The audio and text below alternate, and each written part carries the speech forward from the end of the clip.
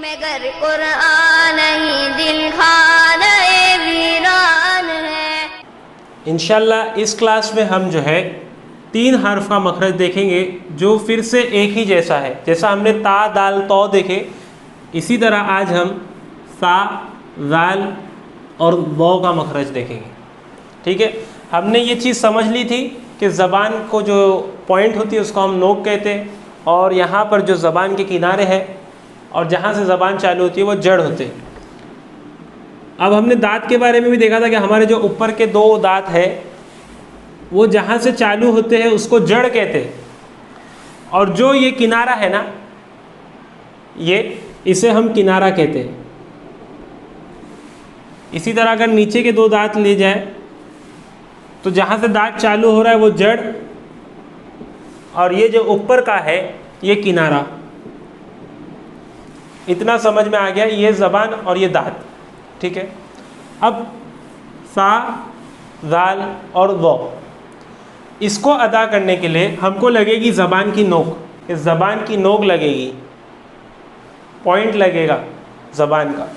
ज़बान की नोक हमें कहाँ लगाना है? ये ऊपर के जो दांत है ना, 2 दांत, उसके किनारे पे, यानी इधर ये जो किनारे हैं वहाँ पर हमको क्या लगाना है? ज़बान की नोक लगाना है।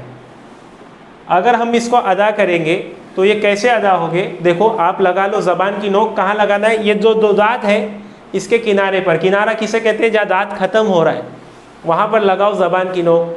सा जाल वो, कैसा बोलना है? ज़बान की नोक लगाना है। कहाँ पर? ये ऊपर के जो 2 बड़े दांत है उसके किनारों पर। किनारा यानी जहाँ दांत ख़त्म हो रहे, तो ये जो सरफेस है वहाँ पर क्या लगाना है? ज़बान की नोक। सा जाल वो। ठीक है, अब सा एज यूजुअल बारीक पढ़ा जाता है। जाल और वौ की आवाज़ एक होने का चांस हो सकता है ना, क्योंकि एक ही तरह से अदा हो रहे, जाल और वौ। तो फ़र्क ये होगा कि जाल को हमें हमेशा बारीक पढ़ना है, जाल को हमेशा बारीक पढ़ना है, खाली मुंह के पढ़ना है, और वौ को हमेशा हमें पुर पढ़ना है, यानी भर कर पढ़ना है। जाल और ये वौ, जाल और ये वौ। इतना समझ में आ गया? जाल पढ़ा जाएगा बारीक और वौ पढ़ा जाएगा पुर। अगर हम जाल को पुर कर ले तो हमारी बड़ी गलती हो जाएगी, क्योंकि ये जाल हमारा वौ बन जाएगा। तो हम यहाँ पर कुरान में क्या कर देंगे? ना चाहते हुए भी तहरीफ हो जाए, बदल देंगे हम। तो हमें ये गलती नहीं करना है, जाल को वौ नहीं पढ़ना है। और हम जब भी ये वौ को बारीक पढ़ेंगे तो आप आप वो जाल बन जाएगा, जो बड़ी गलती हो जाएगी। तो इससे हमको बचना है। तीनों का मखरज एक है, फ़र्क इतना है कि जाल जब अदा करूँगा मैं, जाल, मुंह को एकदम खाली रखूँगा, जाल। जैसे ही मैं वौ को अदा करूँगा मुंह को मैं भर दूंगा, वौ वौ। समझ में आ गया?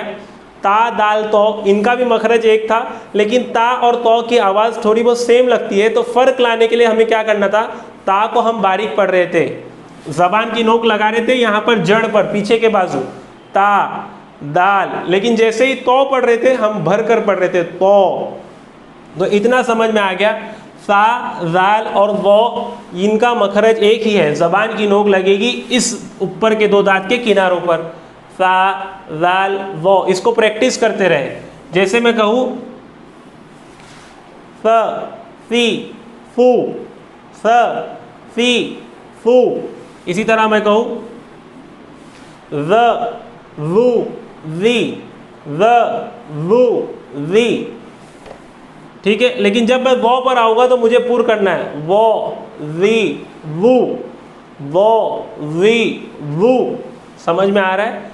एकदम आसान है। आपको क्या करना है? सिर्फ ज़बान की नोक लगाना है इन 2 दांत के किनारों पर। उम्मीद करता हूँ आपको सा जाल और वौ का मखरज समझ में आ गया होगा।